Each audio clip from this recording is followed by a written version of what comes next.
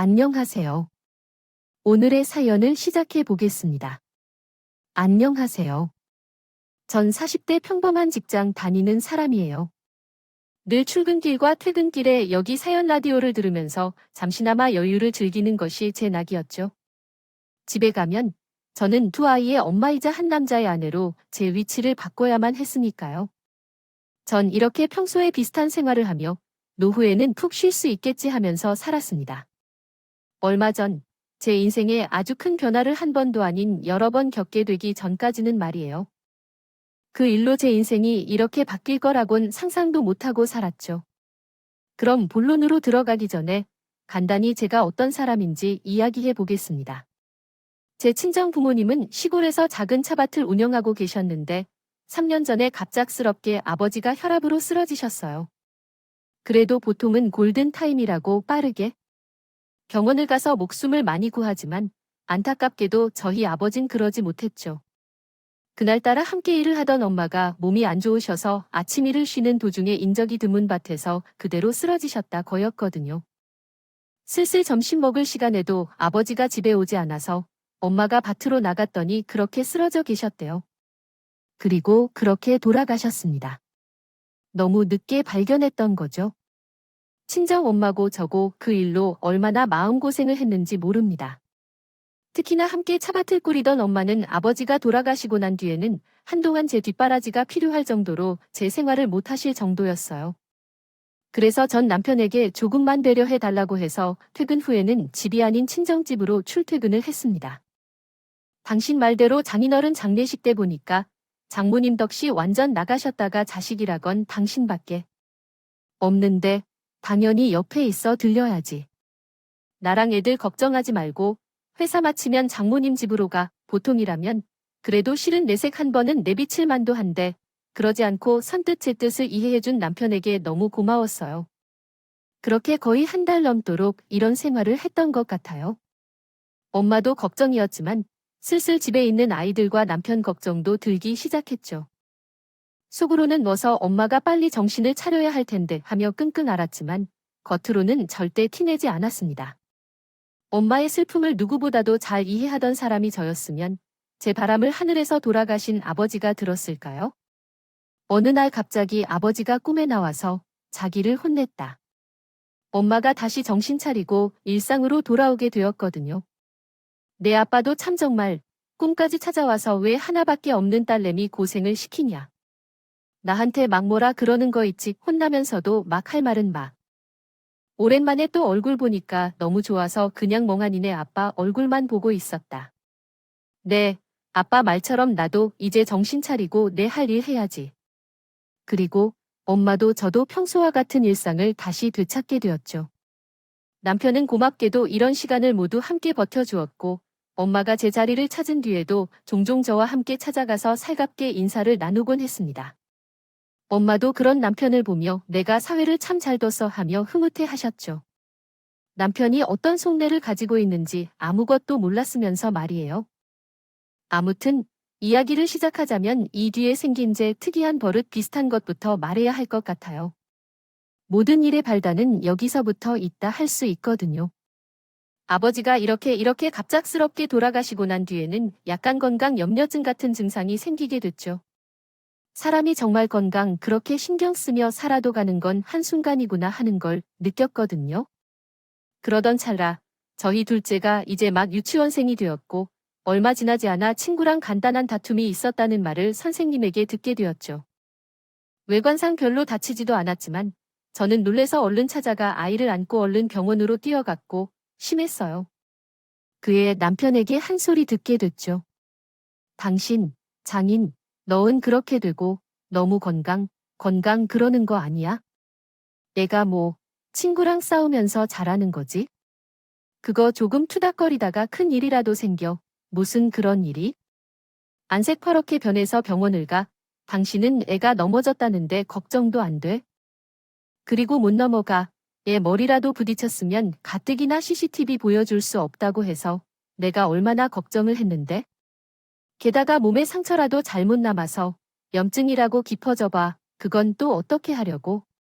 아무리 그래도 그렇지. 앞만 봐도 멀쩡한 애를 데리고 병원을 가서 의사 선생님 붙잡고 그 야단을 쳤으니 내가 얼굴이나 들고 다니겠어. 당신, 그거 병이야. 병, 장인어른 돌아가신 지 벌써 3년 다 돼가. 그런데 언제까지 그러고 살려고 그래? 어차피 이러려고 보험도 열심히 들어놨으니까 그러니까 말 나온 김에 당신도 다음 달에 건강검진 한번 받아. 엄마도 이미 서울의 좋은 병원에 예약 잡아놨으니까 무슨 건강검진을 1년에 2번이나 받아. 당신 돈이 그렇게 썼거나 우리 보리에 지금 가당키나 해? 당신도 이제 장님처럼 정신 차리고 살아야지. 언제까지 그렇게 과거에서 못 벗어날 거야? 당신 어른이 편안히 쉬려고 해도 당신 하는 거 보면 무덤에서 벌떡 일어나서 나오시겠죠? 과격한 표현을 하긴 했지만 남편이 저를 걱정해서 한 말이라는 건 압니다. 하지만 남편의 걱정 어린 말에 저도 마음은 이렇게 살면 안 되는데 싶었지만 솔직히 알면서도 저 자신을 억누르기가 너무 힘들더라고요. 결국에는 남편의 설득 끝에 상담도 받았죠. 아마 건강하게 반일하시던 아버지가 갑자기 돌아가신 게 제 마음에는 트라우마로 남았던 모양입니다. 그런데 이런 제 모습 덕에 득을 보는 사람도 있었죠. 바로 제 시부모님이 앞서 건강염려증 때문에 건강검진을 과하게 받고 했다고 했잖아요. 항상 제 친정엄마가 건강검진 예약을 할 때 두 분도 함께 가서 받아보라 권유드렸거든요. 전 남편도 제가 시부모님 챙기는 것 하나는 별말하지 않았습니다. 그간 아이 키우랴, 일하랴 시집살이는커녕 시댁에는 명절에도 가기 바쁜 생활을 했으니 제가 시부모님 챙기는 것은 마땅하다 생각했던 것 같았어요. 예, 우리 아직 70도 안 됐는데 이렇게까지 할 필요 있니? 아이, 우리야 좋다만 너희도 지금 한창 중요할 시기에 우리한테 너무 신경 쓰는 건 아닌지 모르겠다. 앞으로의 한테 들어갈 돈이 한두 푼도 아닐 텐데. 아니에요, 어머님. 제 친정에도 해드리는데 어머님도 마땅히 같이 검사 한번 받으셔야죠. 나이 들수록 매년 검사 받고 병원 가까이 해야 한대요. 그래야 오래 건강하게 살 수 있다고요? 특히나 시모는 이런 제 모습에 이제야 얘가 며느리 노릇을 하는구나 싶은 생각인지 좋아하시는 기색이 하셨죠. 그런 시모의 모습을 보면서 제가 양가에 하는 것 없이 너무 앞만 보고 살았구나 반성하게 되기도 했습니다. 흔하다는 시집살이 한 번 시키지 않은 시댁 식구들이 있는데 너무 우리 생각만 하고 살았던 건 아닌가 하는 생각이 들었죠. 그러다가 제 인생의 변곡점, 두 번째가 찾아온 겁니다. 처음은 제 친정 아버지가 돌아가셨던 일이었고 이번에 생긴 일은 두 번째 일이었죠. 아직도 내일만 생각하면 가슴이 철렁합니다. 여느 때처럼 시부모와 엄마의 건강을 챙길 때였어요. 건강검진을 받다가 친정 엄마에게 이상이 있다며 다시 재검사를 받으라 연락이 온 거예요. 이 말을 듣는 순간 하늘이 무너지는 것 같았죠. 아버지에 이어 엄마까지 이렇게 잃으면 난 어떻게 사나 그런 생각이 들었거든요. 특히나 아버지를 잃은 지 얼마 지나지 않아 엄마까지 아프다는 말을 들었으니 정말 제 세상의 두 쪽으로 갈라지는 것만 같았죠. 여보, 어떻하지? 나 이렇게 엄마까지 잃으면 세상 어떻게 살아? 우리 엄마 어쩜 좋아 아빠에 이어서 어떻게 엄마까지 이럴 수 있어? 세상이 어떻게 이래? 일단 진정해 여보, 검사해서 우선은 재검사 한번 받아보자고 한 거잖아. 별일 없으실 거야? 일단 마음 단단히 먹고 재검사 받고 다시 생각해보자고. 남편은 그런 약해진 저의 든든한 버팀목이었던 결과만 좋았더라면 아무 일도 없었겠지만 불행히도 결과는 좋지 않았습니다. 결국 제 검사 끝에 엄마는 콩팥이 좋지 않다는 검사 결과를 받았고 거의 말기 신부전에 가까운 상태였기에 의사 소견으로는 투석을 하며 경과를 지켜보는 것이 좋다고 하는데 정말 하늘이 노랗게 보이는 것 같았습니다. 석이라니 건강한 사람도 견디기 힘든 고통이라는 그걸 엄마가 받아야 한다는 말에 저는 너무나 외롭고 안타까웠습니다. 두려웠죠.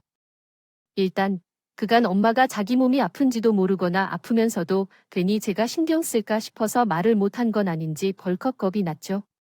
그런 생각이 들면서 내가 자식으로 더 단단히 마음을 굳게 먹고 버틴 연로하신 엄마보다 단단하게 있어야 했는데 이런 후회가 되기 시작했어요. 게다가 저도 살아있는 사람이라 어쩔 수 없는지 현실적인 부분들도 걱정이 되지 않을 수 없더라고요. 엄마가 투석을 받다가 혹시라도 잘못되면 어쩌나 싶은 공포는 물론이고 몇 달이나 병원에서 살아야 한다는 말에 엄마를 어떻게 돌봐드려야 하며 그 비용은 또 어떻게 충당할지 모든 것이 제 고민이 되고 두려움이 되었죠. 그러면서 마지막에는 항상 최악의 상황이 떠오르며 전 다시 아버지가 돌아가실 적에 그 상태로 되돌아가 버리더라고요. 그러나 엄마는 달랐습니다. 저보다 부모로 있는 시간이 더 길어서 그런 것인지, 인생 경험이 저보다 더 풍부해서 그런 건지 모르겠지만 제 표정만 보고도 제가 무슨 고민을 하고 어떤 두려움에 쌓여 있는지 단번에 알아시더군요. 엄마는 검사 결과를 받은 날 제게 이렇게 말했죠. 딸, 너무 걱정하지 마. 엄마가 모아둔 돈이 있다. 그리고 왜 옆집 영석이 아줌마 있지? 포하씨, 그 아줌마가 넣어준 보험으로 이거 충당하면 돼. 너도 그렇고 정소방도 그렇고 가끔씩만 들여다보고 그래. 했으면 되니까 비용이 한두 푼도 아니고. 무슨 말을 그렇게 쉽게 해? 게다가 투석 비용이 누구에게 간식거리, 입원비에 간병비에 엄마가 어떻게 다 감당한 말이야? 그리고 혹시 엄마가 잘못되면 난 어쩌고 그러지 말고 우리한테 도움받아. 응, 맞습니다. 장모님이 사람은 직장 다니지만 저는 제 가게 하고 있으니 잠시 직원들한테 맡기고 제가 장모님 모시겠습니다. 저도 있는데 왜 굳이 사람을 하세요? 그 돈은 아껴 두셨다가 나중에 노후에 쓰셔야죠.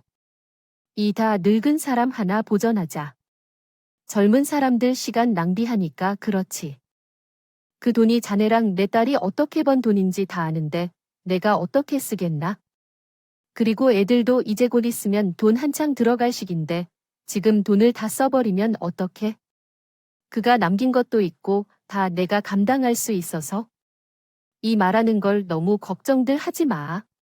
엄마는 한사코 저와 남편의 도움을 거부하셨다 했습니다. 엄마에겐 아직도 제가 어린아이처럼 보이는 건가? 이런 생각도 들었고요. 전 엄마에 대한 걱정과 아브로에 대한 걱정 등등으로 저도 모르게 눈물이 펑펑 나오더라고요. 그런 저 대신 엄마를 설득해준 것은 바로 제 남편이었습니다. 제 옆에서 저를 단단히 붙잡고 엄마에게 단호하게 말했죠. 장모님이 그렇게 저희 밀어내면 이 사람 마음이 어떻겠습니까? 일단 너무 그렇게 필요 없다 말하지만 마시고 저랑 같이 가서 이번 절차부터 밟다. 아무리 그래도 아픈 사람이 무슨 고민을 하게 놔둘 수 있겠어요? 이 사람 도움 필요 없다 쳐도 제 마음까지 밀어내지 마세요. 엄마도 이런 단안의 말에 계속 거절하긴 미안했는지 난감한 표정을 하면서도 알겠다 해주더라고요. 이 남자가 내 남편이라니 너무 뿌듯했던 순간이기도 했습니다. 그리고 고맙게도 남편은 직장을 다녀 함부로 시간을 뺄 수 없었던 저를 대신해 엄마의 병간호까지 해줬습니다. 저도 병간호 정말 힘든 일인 거 다 알고 있어요. 저 역시도 남편과 함께 번갈아 병간호를 했으니까요. 누가 말하길 병간호 하느라 집안이 쫄딱 망한다는 이야기도 있잖아요. 언제 끝날지 모르는 그런 일, 혹시라도 평생을 이렇게 모시고 살아야 할지 모른다는 부담감도 있었을 텐데 군말 없이 도와주는 남편, 거기다 누가 시킨 것도 아니고 본인이 직접 나서서 하겠다 해주는 남편을 저도 그렇고 엄마도 좋게 볼 수밖에 없었죠. 하지만 이런 생활이 금방 끝나지 않아 저도 그렇고 남편도 그렇고 치료를 받는 당사자인 엄마도 지쳐갈 그런 무렵이었어요. 하루는 남편을 붙잡고 이야기했죠. 당신은 이제 가게 일에 더 전념해야 해. 요즘 너무 소리해서 가게 매출도 엉망이잖아. 이젠 내가 혼자서 엄마 돌볼게. 회사야 잠시 휴가는 때 생각하고 조금만 쉬면 되지. 무슨 말을 그렇게 섭섭하게 해? 당신, 내가 당장이라도 내일 안 가 장모님한테 뭐라고 말이나 꺼낼 수 있고. 그리고 지금 상황에서 당신이 일까지 그만두면 우리 생활비는 어디서 충당하려고, 당신 말대로 지금 가게 사정도 예전 같지 않은데, 그러니까 그런 쓸데없는 고민은 하지 말고 장모님 얼른 건강해지기 바라자. 그래도 당신이 우리 엄마 때문에 너무 희생하는 것 같아서 그러지. 병원 비용이나 그런 부분들은 우리들이 번갈아 간병하며 많이 치더라도 당신이나 내 생활이 엉망이잖아. 그리고 애들도 언제까지 어머님한테 맡길 수도 없는 노래지고 엄마도 그렇고 아버지도 그렇고 한 번도 애들 귀찮다 하시지 않는 분들인데 왜 그래? 두 분 다 나한테 걱정 말고 장모님 잘 챙겨주라 하더라. 하나뿐인 사돈떼인데 당신이 얼마나 걱정이 많겠냐? 그리고 당신이 그러면 애들도 다 눈치채 당신들한테도 걱정 넘겨줄 거야? 저는 너무 길어지는 병간호 생활에 마음도 몸도 지친 상태였죠. 물론 제 남편도 마찬가지였을 거고요. 그렇다 보니 차라리 이대로 희생하는 사람은 하나로 줄이자는 생각으로 남편에게 제 의견을 말했던 거였어요. 더 이상 이렇게 살다가는 누구 말처럼 제대로 된 가족이 아니게 될지도 모른다는 걱정이 들었거든요. 하지만 그런 제 걱정을 남편은 이전처럼 단호하게 끊어주면서 다시 제 마음을 굳게 먹는 계기가 되었습니다. 엄마는 저희 부부가 이런 대화를 했다는 사실도 모르는 채로 아픈 본인 몸을 뒤로하고 항상 우리 걱정만 했어요. 추석을 받고 돌아오면 그렇게 안 좋은 표정을 지었다며 말이에요. 엄마는 거의 1년이라는 시간 동안 병원에서 보냈는데 상태가 좋지 않았어요. 그래도 매번 차도가 보인다며 의사는 희망을 놓지 말라고 하셨어요. 예후가 좋지 않으면 평생을 투석해야 할 수도 있는데 다행히 엄마는 차도를 보이고 있어 다행이라고 하면서도 이 1년이라는 시간 동안 계속됐던 거예요. 정말 길고 길었던 시간이었어요.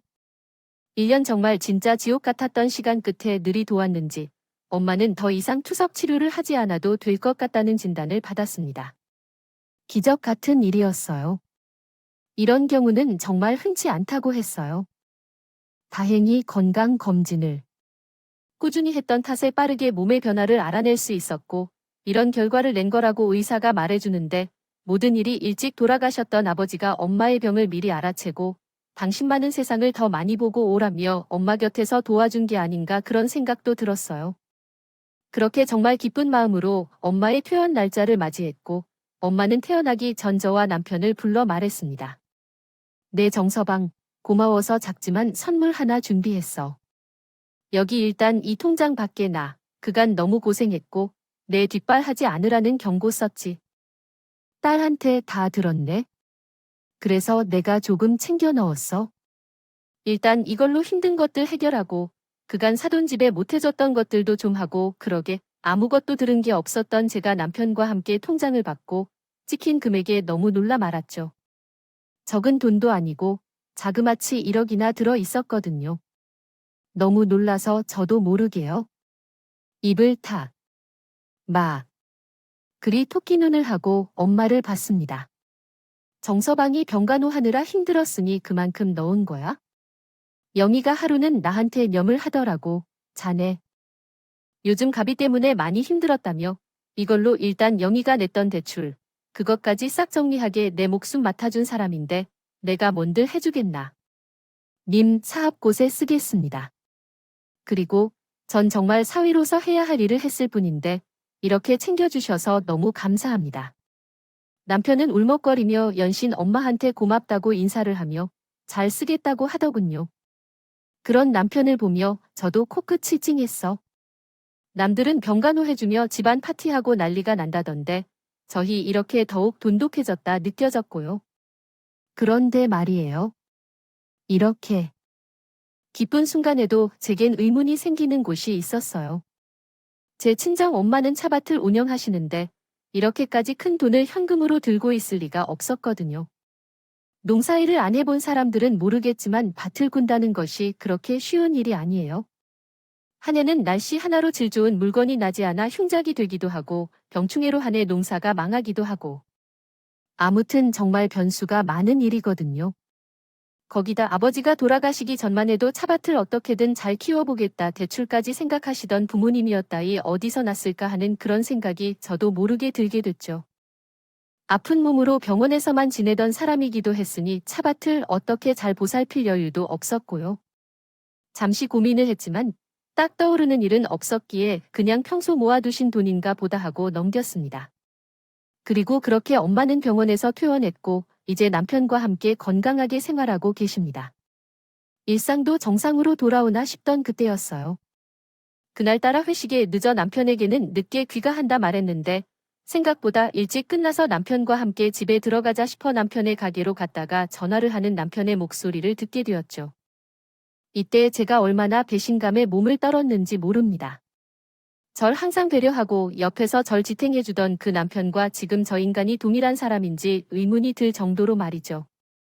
야, 그렇게 고생을 해서 1년이나 옆에 붙어 있었는데 꼴랑 1억 주더라. 1억. 이게 말이나 되냐? 꼴랑 1억. 요즘 2억 가지고 누구 코에 붙여 우리한테는 보험 잘 들어놨다면서 아주 신신당부를 하더니 겨우 1억 가지고 그 생색을 했더라고. 아, 대출이 이미 3천이 넘게 있는데 너무 놀라서 저도 모르게 주저앉을 뻔했죠. 엄마가 아픈 와중에도 고맙다고 준 정성을 그 앞에서는 눈물까지 보이면서 받아놓고서는 이렇게 뒤에서 누군지도 모를 사람과 전화하면서 엄마를 욕하고 있었으니까요. 순간 다른 사람을 보고 내가 착각을 하는 건 아닌가 싶은 생각이 들 정도였죠. 이 정도만 챙겨줄 거였으면 병가 오고 보고 확 요양원에 보내버렸어야 했는데. 내가 무슨 부귀 영화를 누려보겠다고. 장인 넣은 보험 잘 들어놨다. 노후는 걱정 말라고 했을 때는 내가 얼마나 기대했는데 이걸 이렇게 배신하더라고. 가뜩이나 장사도 안 돼서 화나 죽겠구만. 남편의 입에서 요양원이라는 말이 나오자 정신이 번쩍 들더군요. 그대로 남편에게 가서 머리끄덩이를 잡으면서 말했습니다. 이후 남편의 입에서 나온 말들이 도저히 사람이라면 더 듣고 있을 수 없을 지경이었으니. 당신이 그러고도 사람이야 어떻대? 그 아픈 사람이 고맙다고 1억이라는 돈을 당신한테 줬으면 그게 어디서 났을까? 감사는 못할지? 전정 뭐? 요양원을 보내 누구 마음대로? 당신 지금까지 우리 집안 돈 보고 잘해줬니? 나한테도 그런 감정 때문에 잘해준 거냐고. 당신 지금 나 쳤어. 아, 그래. 같은 핏줄이라 그거지만 안으로 굽는다고. 당신도 머리가 있으면 생각을 좀 해봐. 꼴랑 1억을 누군가 코에 갖다 붙이는데 몸 고장난 사람. 이제 주구정창 병원 모시고 다녀야 하는데 겨우 1억 가지고 되겠냐? 완치, 그거 어떻게 믿는데? 신장 고장난 사람은 평생 투석 걱정해야 한다던데. 당신 처음부터 엄마 병관 하겠다는 거 그거 돈 때문이었구나. 겨우 엄마가 보험 좀 든든하게 들어놨다는 그 한마디 때문에. 그리고 뭐 평생을 투석. 얼마 전에 겨우 완치 판정받고 투석 중단한 사람을 두고 어떻게 부정하게 그런 말을 할 수가 있어? 어떻게 사회라는 사람이 그래? 그것까지 다 들었어? 그래, 나 장모님한테 떨어질 콩고물 기대했다. 왜? 어차피 예전에 장인어른 돌아가셨을 때도 보험금 전부 받아 가셨잖아요. 돼 있어.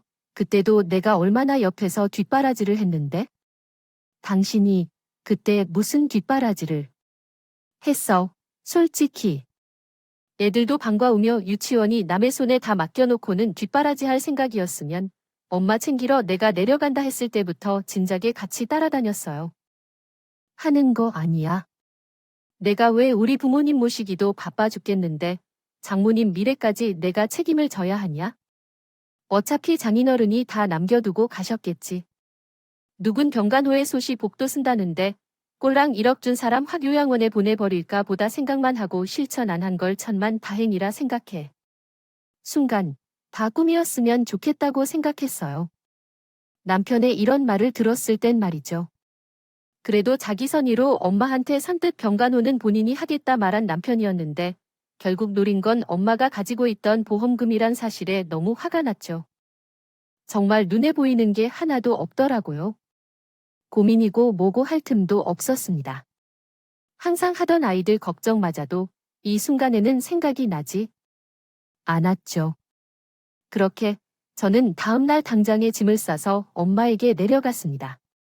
그리고 제가 들었던 모든 사실을 엄마에게 털어놨죠.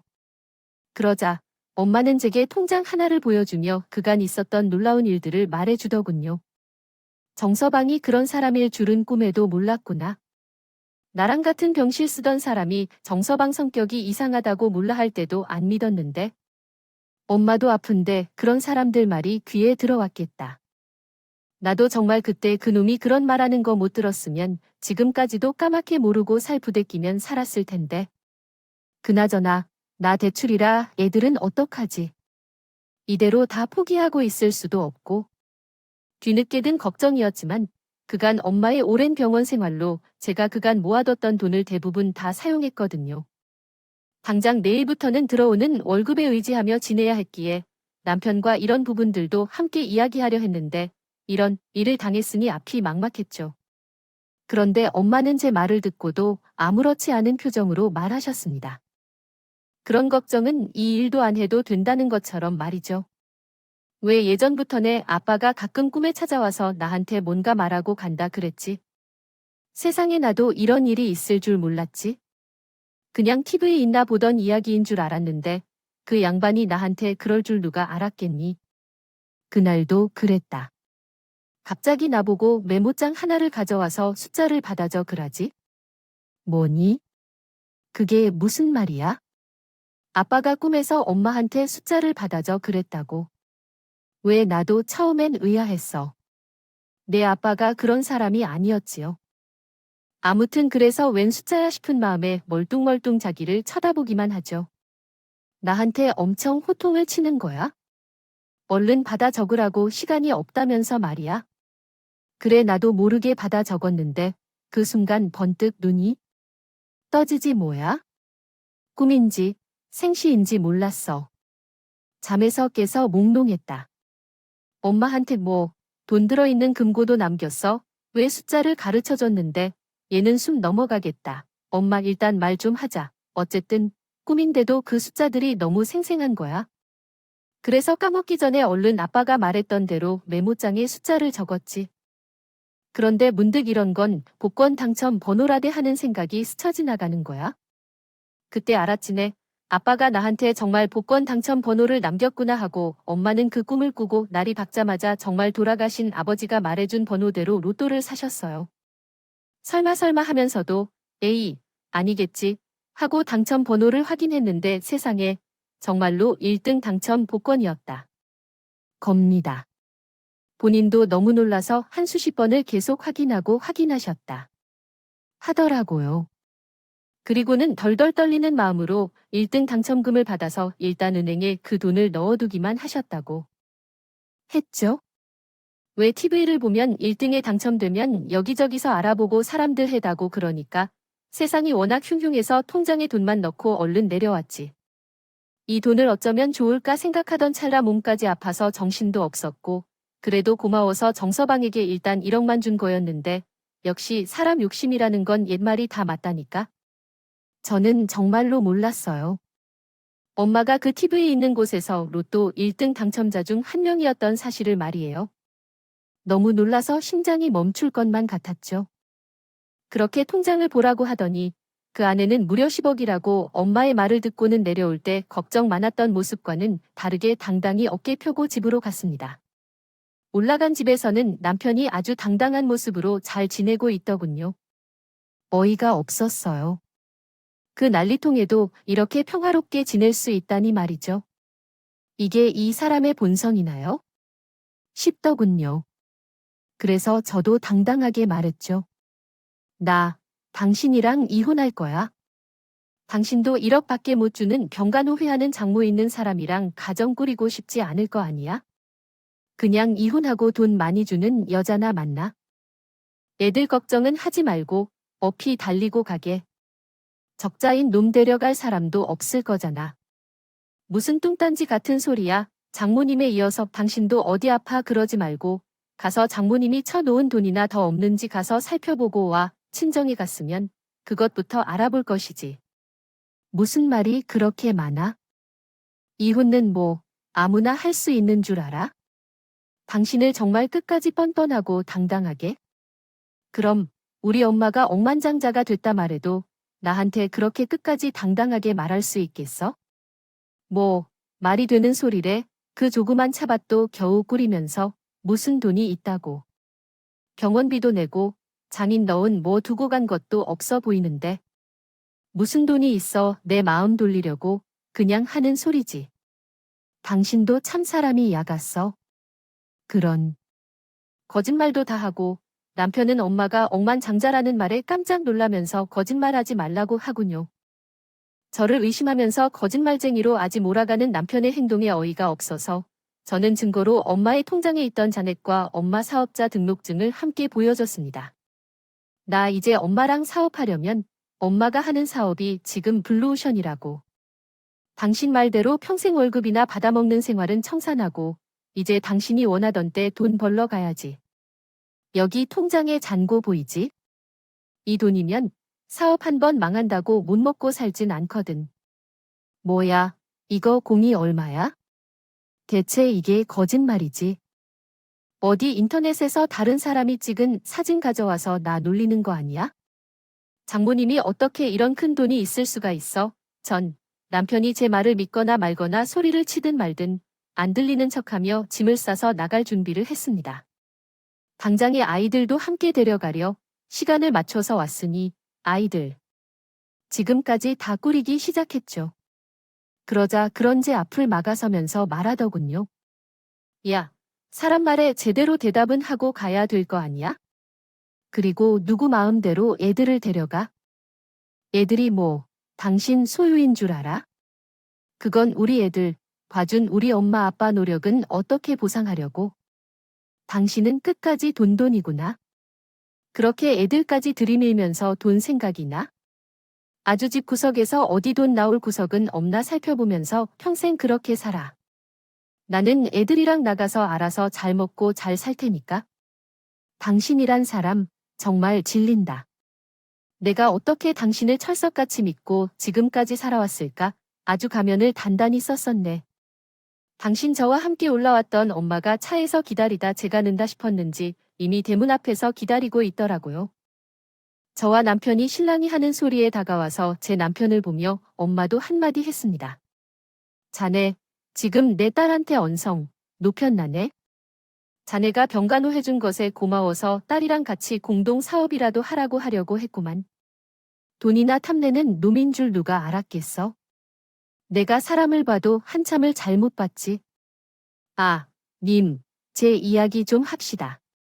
이 사람이 뭐라고 했든 간에 일단 제 얘기도 먼저 들어보셔야겠죠. 이렇게 일방적으로 이혼하자 이야기하면 어떻게 합니까? 지금 엄마한테 딸아이가 거짓말한다 그렇게 말하고 싶은 건가? 자네 정말 제정신이 아니구만.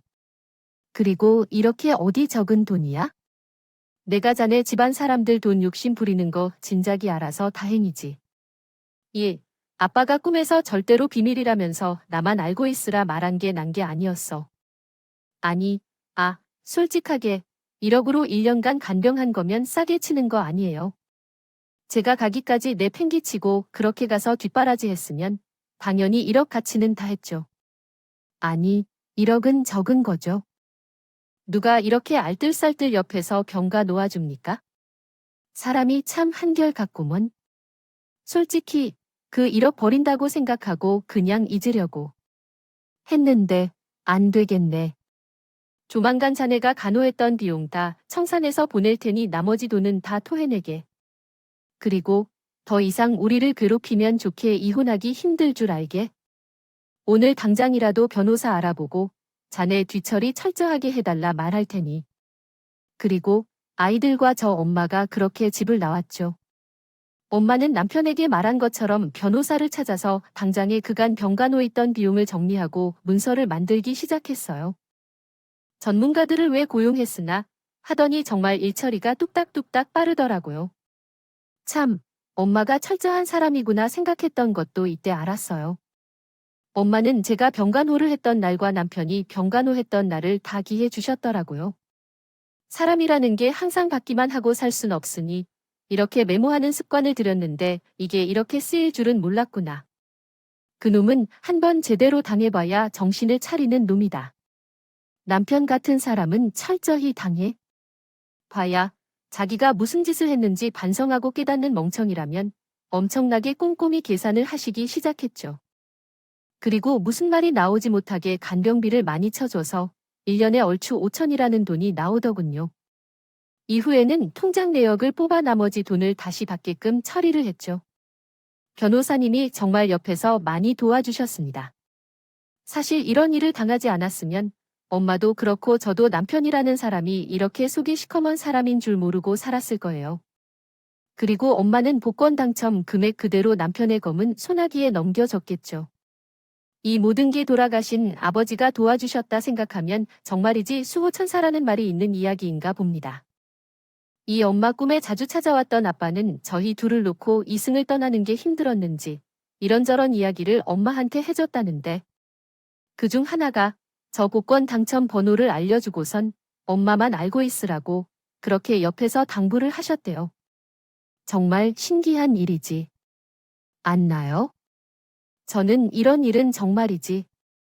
TV에 있나 볼 법한 그것도 다 꾸며낸 픽션이라고 생각했어요. 그냥 우연히 운이 좋았을 뿐이었는데 마치 조상신이 나를 도왔다 꿈에 돌아가신 할머니가 나와서 숫자를 점지해줬다. 이런 말을 한 거라 생각했죠. 왜 괜히 그래야 뭔가 자신이 특출한 사람이라 이런 행운을 누렸다 하는 느낌이 들잖아요. 정말이지 그런 것들이라 생각했는데 그 당사자가 가족이 되니까 너 얼떨떨한 거예요. 이제는 귀신이 있냐고 물어보면 당장이라도 있다고 말할 정도로 말이죠. 주변에서 사업하는 사람들을 보면 막 민간 신앙을 믿으면서 구수하고 제를 하고 그러잖아요. 전 그런 것들 해봤자 본인이 더 노력해야 하는 거 아니냐 말하는 쪽이었는데 이번 일을 겪고 나서는 정말 조상이 존재하긴 하는구나, 이런 초자연적인 일이 정말로 현실에서 일어나고 있었구나, 이런 생각이 들었죠. 아무리 생각해도 그렇다. 어떻게 꿈에 나온 사람이 불러준 번호가 1등 당첨 복권일 수 있겠어요? 저도 지금 이렇게 말하면서도 못 믿겠는데 말이죠. 아무튼 본론으로 돌아와서 말하자면 엄마는 서류를 정리하고 바로 남편을 만나 남은 돈을 내놓으라 했습니다. 하지만 남편은 순순히 이 사실을 받아들이지 않았죠. 돌아가신 장인 어른이 무슨 말을 한다고 난리야. 이거 다 사기지. 둘이 다 짜고 치는 거 아니야? 어떻게 죽은 사람이 말을 해? 세상에 그런 일이 어디여 소리치면서 엄마한테 대들려고 했지만 전 그런 남편의 역사를 다시 한 번 더 자꾸 말했습니다. 당신이란 놈이 이런 인간이니? 아빠가 오죽했으면 그렇게 꿈에 자주 나타나셔서 엄마한테 말을 했겠어. 그러게 평소에 신분을 좀 고귀하게 먹고 살았어야지. 1년 받고 그냥 감사합니다 하고 살았으면 이런 일도 없었을 거 아니야? 제발 그놈의 욕심 버리고 살아봐. 그럼 알아? 나 말고 다른 누군가 당신을 업고 살아. 줄지. 그리고 엄마와 함께 남편을 내버려 두고 그대로 다시 집으로 왔죠. 그리고 남편에게 바로 이혼 소송을 걸었습니다. 솔직하게 1년이란 시간, 경간호 해주고 1억이라는 돈을 받았으면서도 엄마 욕을 하는 남편과는 더 이상 얼굴도 보고 싶지 않았어요.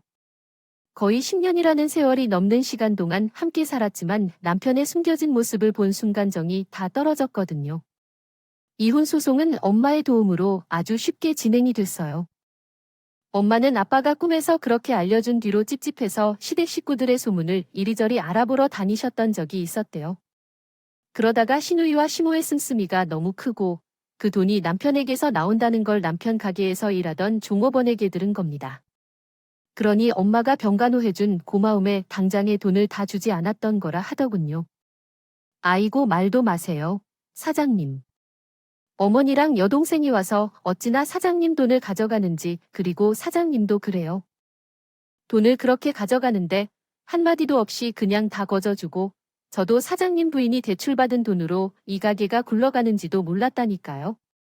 그 사람의 증언으로 남편이 가정에는 신경도 쓰지 않고 밖으로 돈을 펑펑 쓰고 다니며 부인의 명의로 대출까지 받아서 유흥비로 날렸다는 사실도 탄로났죠. 소송에서는 당연히 제가 이겼고 남편은 제 대출금과 위자료로 2천만 원이라는 돈을 토해내게 되었습니다. 이 일로 자연스럽게 양육권도 제게 돌아왔죠. 남의 돈으로 호의호식하는 일이니 당연한 결과였습니다. 저한테 줄 대출금과 위자료 때문에 전 남편은 하던 가게도 다 정리해야 했어요. 저와 엄마 앞에서 제발 가게만을 살려달라 빌고 빌었지만 절대 용서할 수 없었죠. 아무리 그래도 사람의 목숨이 달린 일에서 돈 욕심을 부린 전 남편이 괘씸했다 망하게 되었고 저와의 이혼으로 시댁에서도 환영받지 못하는 처지가 되었나 봐요. 그러면서도 받아간 1억 있죠? 그 돈에서 거의 5천을 제외한 돈을 돌려달라 청구를 했거든요. 그런데 벌써 다 순 모양인지 돌려줄 돈이 없다 그러더라고요. 그래서 당장에 차압딱지 시댁에 다 붙여버리겠다 하니 시댁에서도 화들짝 놀라서 어떻게 대출이라도 받았는지 당장에 돈을 돌려주더라고요.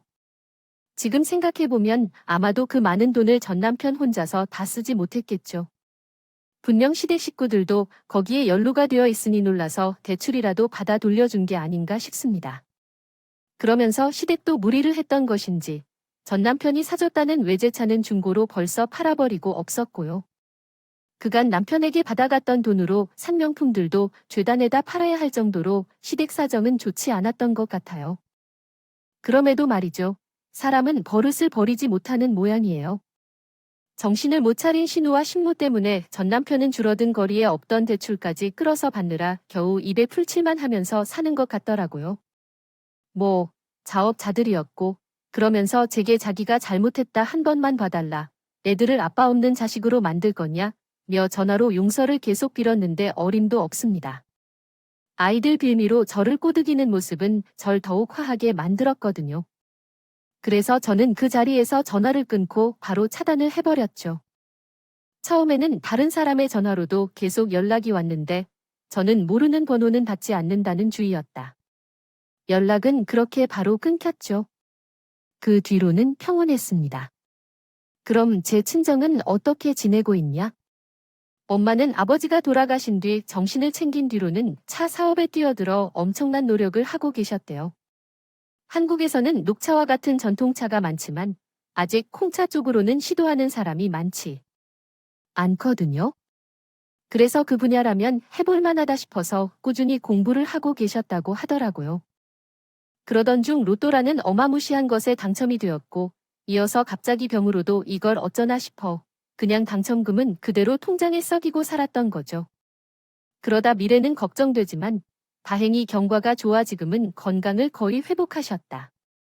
이 일상으로 돌아와 하던 차 사업에서 활로가 보이자 그 통장을 사용할 것을 알게 되었다고 하더군요. 결국에는 돌아가신 아버지와 하던 차밭에서 그 길을 찾게 된 거죠. 이렇게 갑자기 차 사업의 CEO 된 엄마는 아직 수익은 많지 않지만 앞으로 괜찮은 전망을 가진 분야의 사업가가 된 겁니다. 그리고 동업자로 제 이름이 함께 올라가 있고요. 아이 둘을 키우며 살기엔 아직 미래가 보이지 않는 사업이지만 열심히 해서 한번 성공해 보려고 노력 중입니다. 지금은 차의 고향이라는 유럽 쪽으로 공부를 하러 나가 볼까 계획도 세우고 있어요.